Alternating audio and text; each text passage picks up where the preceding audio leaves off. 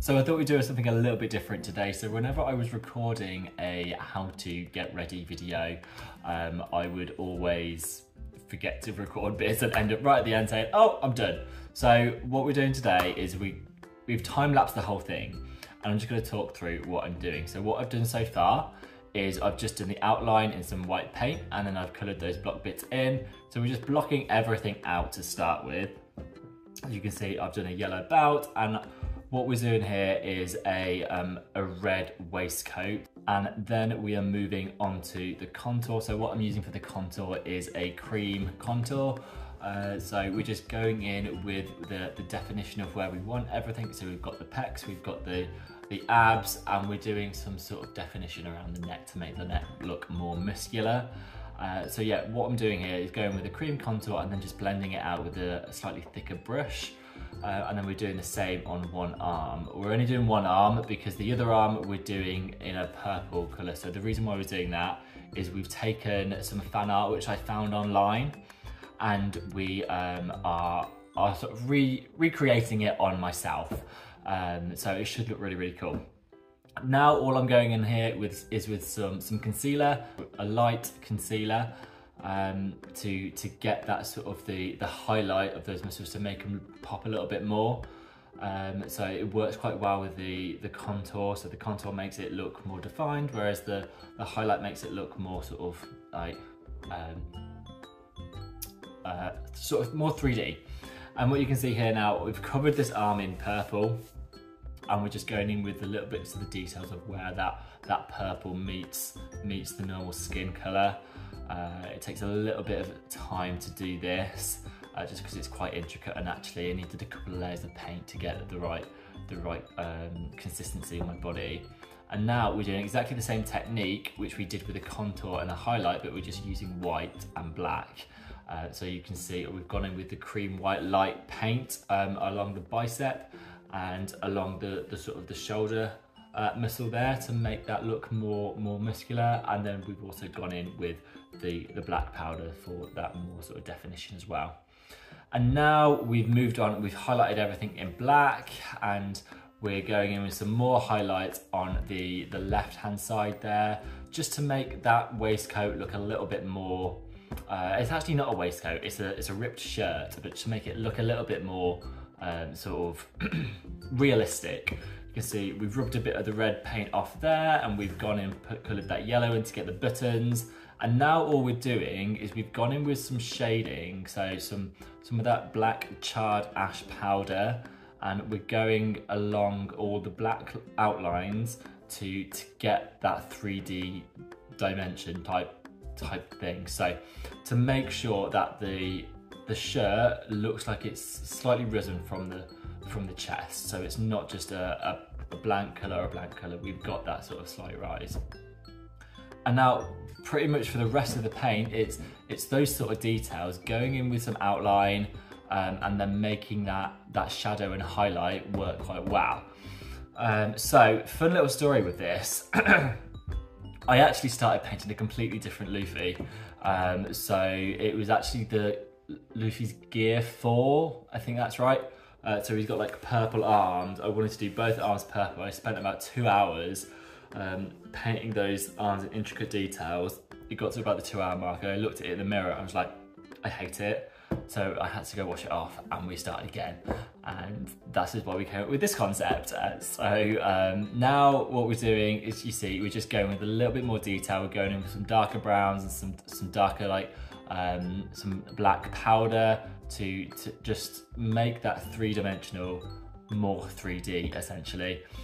Now we're going into a bit more detail on the scar. We've just moved those abs slightly up because it didn't look right. And now we're trying to bring that sort of cell shading into this work to make it look more cartoon, more anime. So we're going with the sort of the block contouring, and we're just having the highlights and the contours meet each other. So where they meet is going to be lighter, and then towards the corner, that's where it's going to be darker. Okay, we're just doing a little bit more detail on the belt. Not too worried about the belt because it's not really on camera very much, so just gone in quickly with the details there.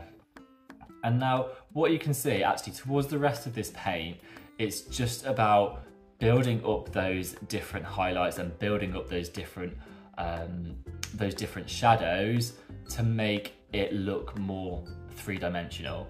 So the deeper you go, the more dimension it gets. So there is a fine line between doing too much, and I'm still trying to figure out that fine line myself sometimes, but no, you just need to keep building it up. If something looks a little bit plain, then maybe add a highlight, add a shadow in there, and see where you get to. But the main things you want, if you're painting on a shirt, you want to do the arms, you want to do the neck, and if an open shirt, you want to do the side of the shirts here as well. So wherever it looks like the fabric should be lifted, that's where you want to do a shadow. Okay, so now we're just going in with a bit more details on the abs. You see we're going down that sort of more cell shaded route. So we're going with a bit more block contours, and you can see it's quite clearly on the arms. We're blocking out that highlight with the white on the bicep. It's not a blended highlight, it's white and then foundation and then contour. Okay, so now we're doing the face. What have we got with the face? So to start off with the face, we blocked the eyebrows out, glued them down, covered our face in foundation, and this purple is kind of reached into the face. So we're just joining those up, and it's kind of like a demon-esque, like bringing it into the face and covering the eye. So we've done that, and now we want to just contour the rest of the face here. So a similar type of cell shading technique. I've just stuck the hat on there to see actually how far I need to paint up. There's no point wasting any products or painting right to the back of my head if actually I'm going to be wearing a hat. So you can see we're using that same technique. We're going in with some eyeliner around the eyes.